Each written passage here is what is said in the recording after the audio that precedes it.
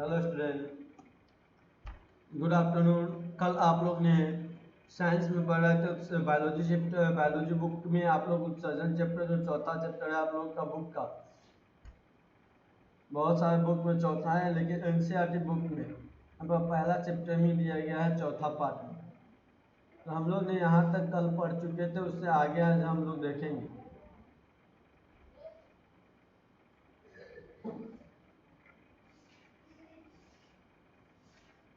कल हम लोग ने इस बार यहाँ तक देखा था, इससे आगे आज हम लोग देखते हैं।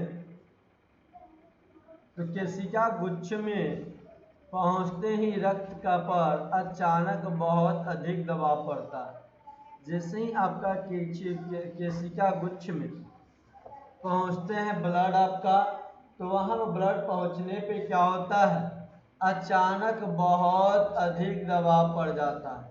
कहाँ पहुंचने पे, केशिका गुच्छ में ब्लड पहुंचने पे पहुंचते ही इस पर बहुत अधिक दबाव पड़ता है, क्योंकि मोटी अविवाही जो मोटी अविवाही होती है, मोटी अविवाही धमनी से चित्र आप लोग को बताए जाएंगे। चित्र है जो उस चित्र में एक बोमेंस कैप्सूल आवर्धित आने के बाद उसे अचानक पतली पतली कोशिका से होकर गुजरती है। अचानक आते हुए क्या किससे गुजरती है, पतली पतली कोशिका से होकर गुजरती है। यही बोमेन कैप्सूल है आपका। और यहाँ से देखिए, ये जो देख रहे हैं आप लोग यहाँ पे, ये आपका बोमेन कैप्सूल्स,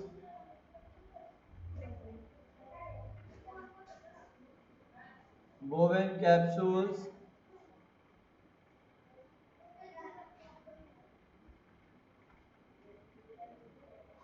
ये आपका जो देख रहे हैं, ये आपका हो गया अपवाही धमनी। अपवाही धमनी ये वाला आपका हो गया अविवाही धमनी।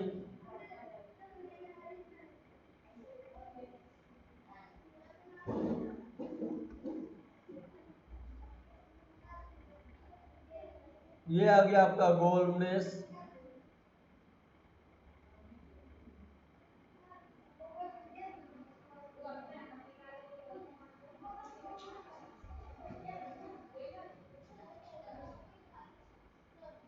मेरुलस।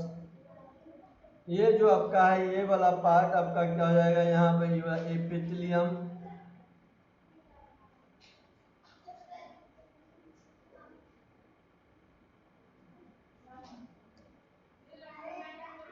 एपिथेलियम सतह। तो आपने क्या सीखा कि आपका ये बोवेन कैप्सूल है, ये अविवाही अपवाही धमनी। अपवाही धमनी के बारे में क्या जाने थे कि अपवाही धमनी की पहचान कैसे करते हैं। एक मोटी होती है धमनी की रचना करती है। देखिएगा, अपवाही धमनी किसको रचना करती है, एक धीरे धीरे मोटी रचना का आपको क्या करती है, अपवाही धमनी। और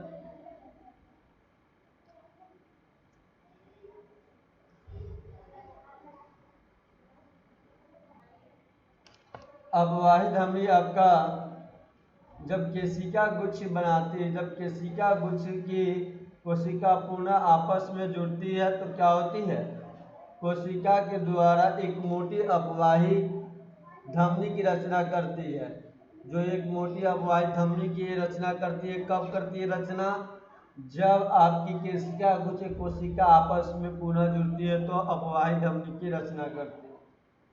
अब यह अपवाही धमनी रक्त को बोवेन कैप्सूल से जो यही अपवाही धमनी क्या करता है, रक्त को बोवेन कैप्सूल से क्या करता है, बाहर ले जाता है। केशिका गुच्छ में जैसे पहुंचते ही रक्त पर अचानक बहुत अधिक दबाव पड़ता है, क्योंकि मोटी अभिधामनी आने के बाद, अब मोटी जो अभिधामनी होती है आने के बाद क्या होती है, आने अचानक पतली कोशिका से होकर गुजरनी पड़ती है। अचानक किससे, पतली कोशिका से होकर गुजरनी पड़ती है इसे। जैसे ही पतली कोशिका से होकर गुजरती है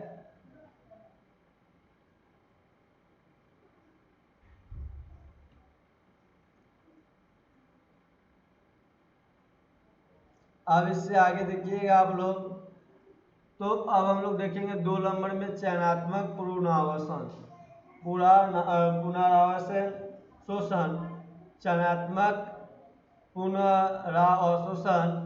तो गोलोमेरुलस द्वारा छने हुए पदार्थ को बोवेंस कैप्सूल में आ जाता है। जो गोलोमेरुलस के द्वारा जो छने हुए पदार्थ होते हैं वो कहाँ चले जाते हैं आपको, बोवेंस कैप्सूल में आ जाते हैं और मूत्र संग्राहक नली में आगे बढ़ते हैं।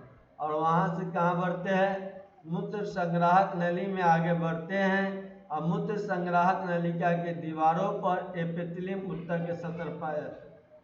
और मूत्र ग्राहक आपको बताया गया था किसका सतह, ये जो एपिथेलियम का सतह पाया जाता है, देखिए यहाँ पर तो एपिथेलियम का सतह पाए जाते हैं।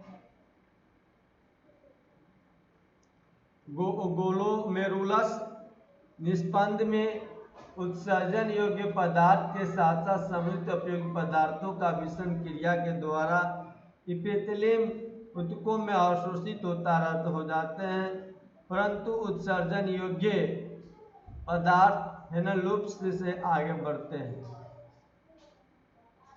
संग्राहक नली का एपिथेलियम सतरों में रक्त कोशिका का जाल पाया जाता है। जो ब्लड की जाल होती है आपका, कोशिका का जाल आपको कहाँ पे, तो एपिथेलियम सतह में रक्त कोशिका के शरीर के द्वारा, शरीर के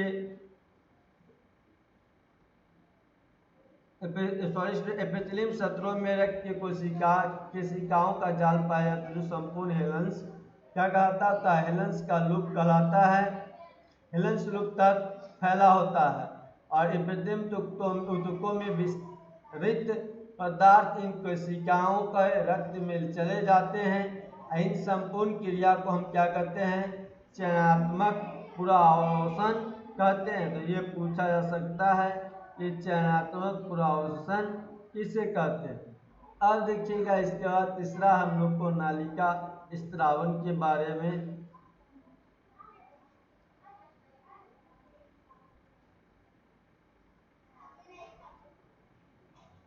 यहाँ पे गोलोमेरुलस कर लीजिएगा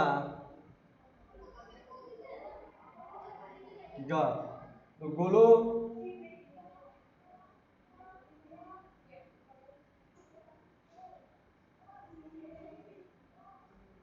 गोलोमेरुलस की सूक्ष्म क्षरण क्रिया के बाद भी बहुत से अनावश्यक पदार्थ रक्त में पड़े रह जाते हैं।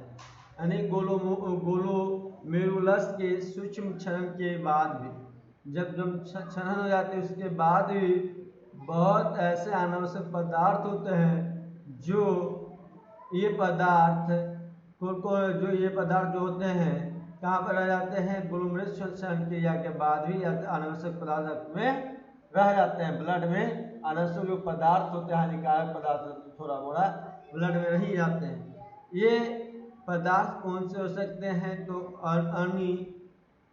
केरेटिनिन, दूसरा अमोनिया, तीसरा हाइड्रोजन, चौथा पोटेशियम के आयन से कुंडलित नाल या डिस्टल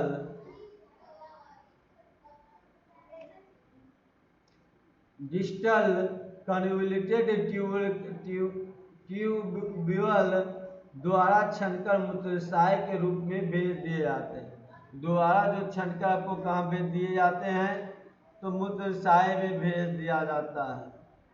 अब जब केरेटिनिन, अमोनिया, हाइड्रोजन, पोटेशियम आयन में प्रतिजैविक औषधियाँ होते हैं जो एंटीबायोटिक रहते हैं। क्या रहते हैं, एंटीबायोटिक्स औषधियाँ।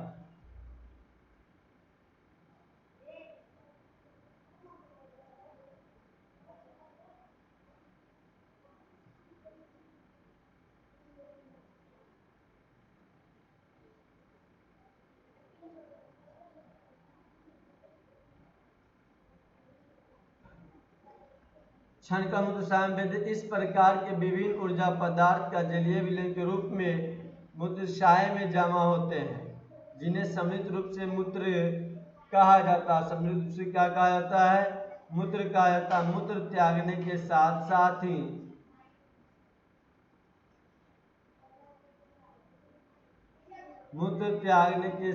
ही तरल अवशिष्ट से भी क्या मिल जाता है? हमें छुटकारा मिल जाता है।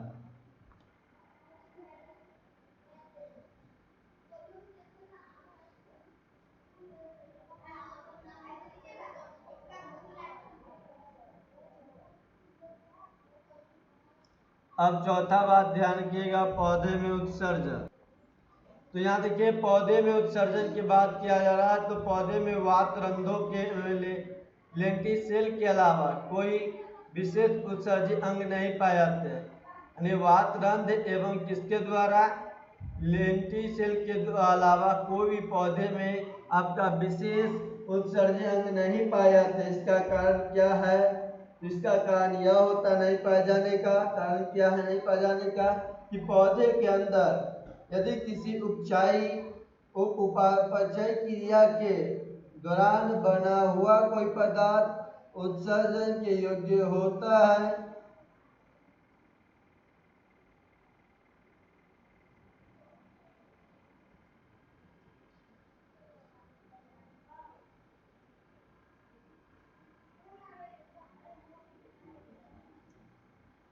तो उत्सर्जित पदार्थ का क्या होता है? दूसरी क्रिया में आपका उपयोगी हो जाता है। तो पौधे में वात रंध्र होते हैं जो लेंटिसेल के अलावा, किसके अलावा? वात रंध्र और लेंटिसेल के अलावा कोई भी उत्सर्जी अंग पौधे में नहीं पाया जाता। तो पौधे में कौन सा पाया क्या उत्सर्जी अंग पाए जाते हैं? तो वात रंध्र और लेंटिसेल वात रंध्र पाए जाते हैं। इनके अलावा आप लोग चेक करें तो उपापचय क्रिया के दौरान जब बना हुआ पदार्थ का उत्सर्जन योग्य होता है तो कहाँ चले जाते हैं? दूसरी क्रिया में वही पदार्थ का क्या हो जाता है? आपका उपयोग हो जाता है। अब देखिए उदाहरण के लिए प्रकाश संश्लेषण में ऑक्सीजन गैस के उपोत्पाद के रूप में बनती है। जो प्रकाश संश्लेषण होती है वह गैस क्रिया के दौरान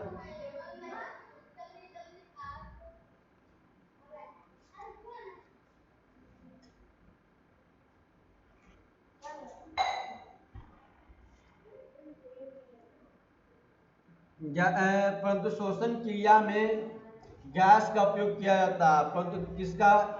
शोषण क्रिया में उसी को गैस का उपयोग किया जाता है। इसी प्रकार शोषण के समय उत्पाद के रूप में बनी कार्बन डाइऑक्साइड का प्रयोग प्रकाश संश्लेषण में किया जाता है। पौधा प्रकाश संश्लेषण कार्बन डाइऑक्साइड लेते हैं भोजन के रूप में और ऑक्सीजन को क्या करते हैं? छोड़ते हैं। ऑक्सीजन कौन लेता है? मनुष्य लेते हैं। पौधा क्या करता है? कार्बन डाइऑक्साइड छोड़ता है और ऑक्सीजन लेता है। इसलिए रात के समय तो अब देखिएगा रात के समय सबसे अधिक बार कार्बन डाइऑक्साइड छोड़ते हैं। इसलिए हमें पेड़ के समय पीपल के पेड़ के नीचे कभी भी नहीं सोना चाहिए। अब देखिए पौधे में जो पदार्थ अतिरिक्त मात्रा में बनते क्या बनता है? अतिरिक्त मात्रा में बनते तो उनका उत्सर्जन पत्ती में हो सकते हैं, फलों में, छालों इत्यादि के माध्यम से।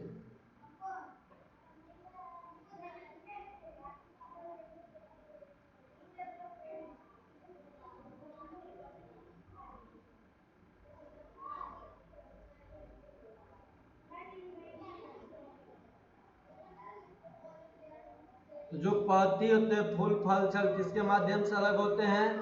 उत्सर्जन से। किससे? उनका उत्सर्जन पत्तियों फल छाल इत्यादि के माध्यम से अलग अलग रूप में किया जाता है। पौधे के जो होते हैं अनेक उत्सर्जित पदार्थों का मनुष्य के जीवन में अत्यधिक महत्व है। जो मनुष्य का जीवन है पौधे के अनेक उत्सर्जित पदार्थ का उनके मनुष्य के जीवन में क्या है? बहुत ही अधिक महत्व है। उनमें से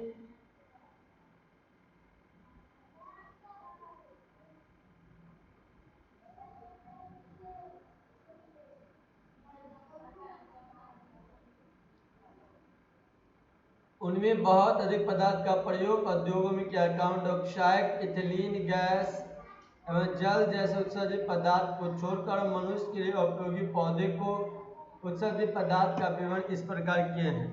जो कार्बन डाइऑक्साइड होते हैं, इथिलीन गैस, जल जैसे उत्सर्जित पदार्थ को छानकर छोड़कर मनुष्य के लिए कौन सा उपयोगी पौधा उत्सर्जित पदार्थों का विवरण आप लोग को बताया जा रहा है।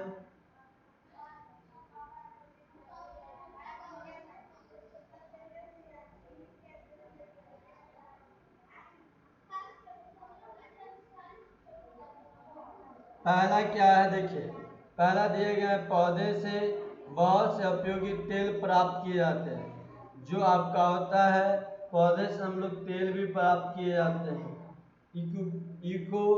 यूकोलिप्सिस का तेल, लौंग का तेल, चंदन का तेल, ये सब हम लोग बस जानते हैं। क्या जानते हैं कि पौधे से कौन सा क्या प्राप्त होता है, तेल प्राप्त किया जाता है। किस किस पौधा से,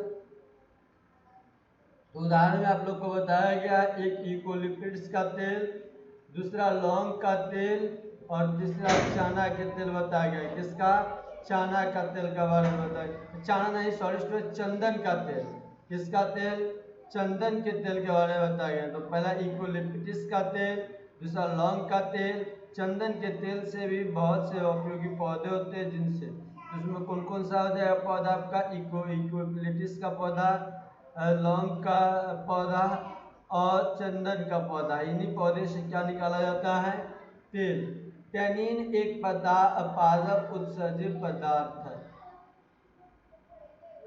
जो टैनिन होते हैं आपका एक पादप उत्सर्जित पदार्थ है, जिसका उपयोग चर्म शोधन एवं औषधि उद्योग में किया जाता है। इनका प्रयोग कहाँ किया जाता है, तो आपको क्या किया जाता है, तो उत्सर्जित पदार्थ है जिसका उपयोग चर्म शोधन एवं औषधि उद्योग में किया जाता है, टैनिन का प्रयोग।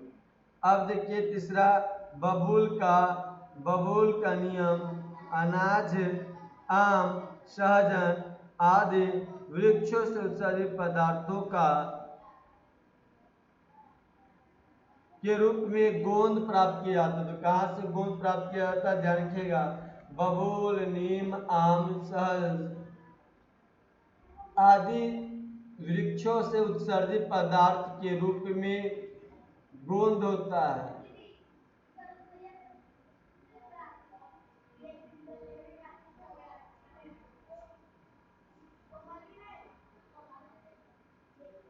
गोंद प्राप्त किया जाता है, तो जो बहुत उपयोगी है, जो क्या है आपके लिए बहुत ही उपयोगी है। चौथा पॉइंट देखिएगा,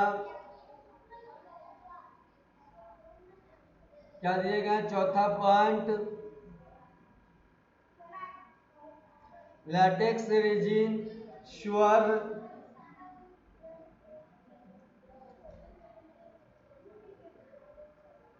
रबर आदि का प्रयोग बहुत से वृक्षों से उत्सर्जित पदार्थ के रूप में भी किया जाता है। देखिए लैटेक्स, रेजिन, रबर आदि का प्रयोग आपके पदार्थ के बहुत से वृक्षों से उत्सर्जित पदार्थों के रूप में किया जा गया है।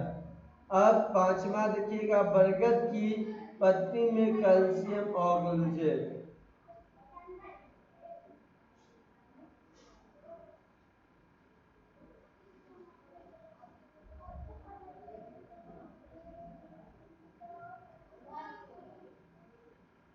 याद रखिए, पांचवा बात क्या याद रखना आप लोगों को, कि बरगद की पत्ती में कैल्शियम ऑक्जेट के रवे पाए जाते हैं।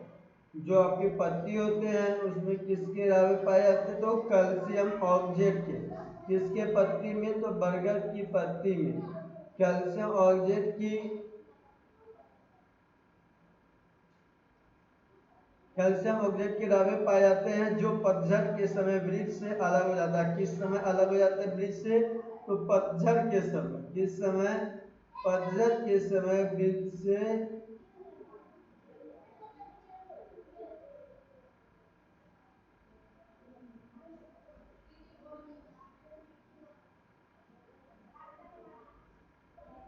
तो आप याद रखिएगा, तो क्या हो जाएगा आपका यहाँ पे, तो बरगद की पत्ती में, किसके पत्ती में, बरगद की पत्ती में कैल्शियम और जे द्रव्य पाए जाते हैं।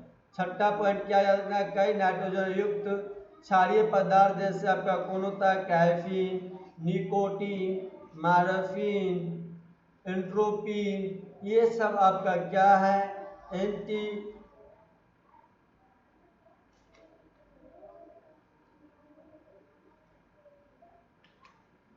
क्षारीय पदार्थ है। क्या ये सब आपका नाइट्रोजन युक्त क्षारीय पदार्थ है। तो कैफीन में को क्या पाया जाता है, कौन सा, अम्ल या क्षारीय, तो क्षारीय। कैफीन क्षारीय या अम्ल, तो क्षारीय। इसी तरह से आप लोगों को ये 6 तक समाप्त हुआ। अब हम लोग चलते हैं आगे, देखिएगा ओपेन, कृत्रिम,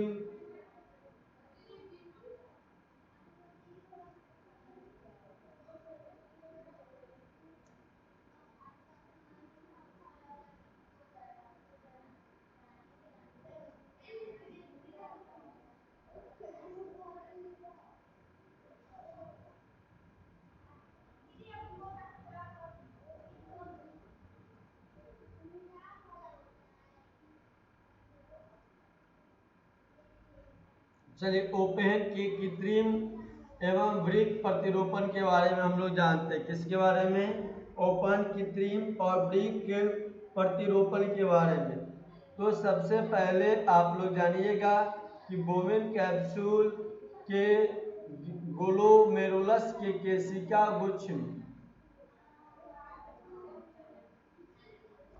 में उच्च दाब के कारण उत्सर्जित पदार्थ के साथ साथ ग्लूकोज, लवण एवं नाइट्रोजन के यौगिक भी छन जाते हैं।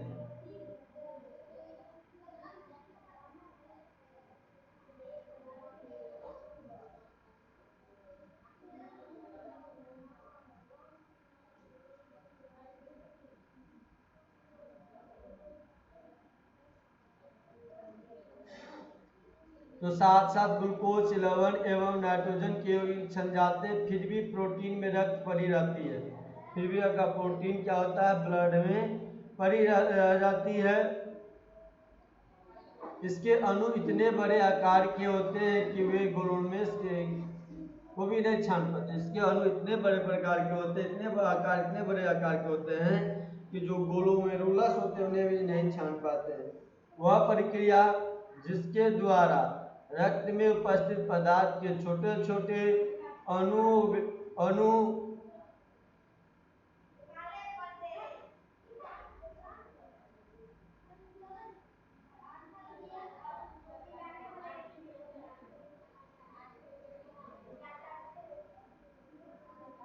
तो वह प्रक्रिया जिसके द्वारा रक्त में उपस्थित पदार्थ के छोटे छोटे कण छान लिए जाते हैं, परंतु बड़े बड़े अणु नहीं छान पाते हैं, इसलिए इन्हें डायलिसिस कहलाती है।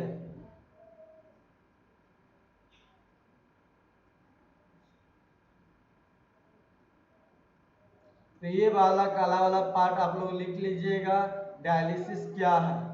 डायलिसिस क्या है, इस बात को आप लोग को लिखना है कि वह प्रक्रिया जिसके द्वारा रक्त में उपस्थित पदार्थ के छोटे छोटे कण छोटे छोटे अणु छान लिए जाते हैं, जिन्हें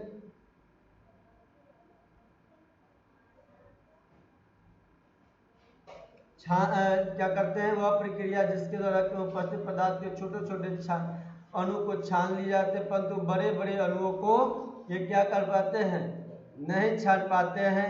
इसी को हम क्या कहते हैं, ओपन या डायलिसिस,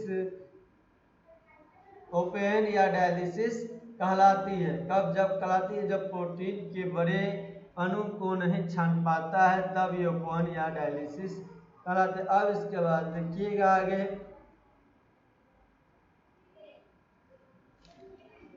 यदि शरीर का कोई भी एक गुर्दा खराब हो जाए तो दूसरे गुर्दा पर काम चलता रहता है। काम क्या होता है, परंतु ये क्या होता है, दूसरा गुर्दा भी खराब हो जाए, यानी 2 किडनी है, एक किडनी आपकी खराब भी हो जाती है और दूसरी किडनी से आपके काम चलते रहते हैं। यदि आपका किडनी गुर्दा दोनों खराब हो जाए, किडनी गुर्दा यदि दोनों आपका खराब हो जाए तो रक्त में अवशिष्ट पदार्थ के वृद्धि होने से व्यक्ति की मृत्यु हो जाती है। अवशिष्ट पदार्थ उसके किसी भी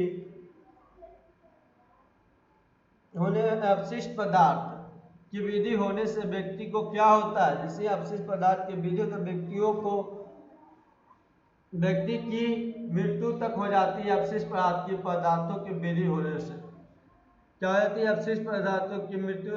आधुनिक चिकित्सा पद्धति में ओपेंस का ये सिद्धांत का प्रयोग करके ऐसे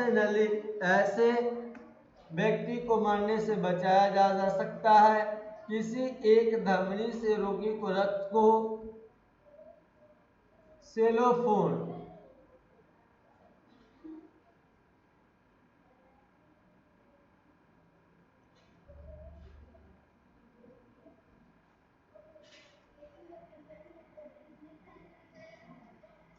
किसी एक धमनी के रोगी रक्त को क्या करता है, सेल फोन की नली में लगाया जाता है सेल फोन की नली में लाया जाता है और यही नली धीरे धीरे प्लाज्मा के संगठन के आधार पर तैयार किए जाते हैं।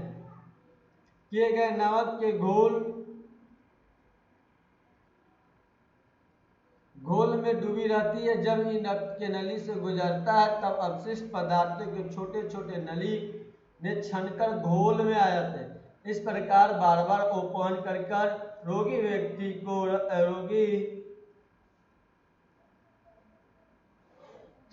के रक्त को साफ कर दिया जाता है। जो रोगी होते हैं उन्हें क्या किया जाता है, मरीज को उनके ब्लड को साफ कर दिया जाता है। इस सिद्धांत के प्रयोग के द्वारा कृत्रिम किडनी, किसके द्वारा, कृत्रिम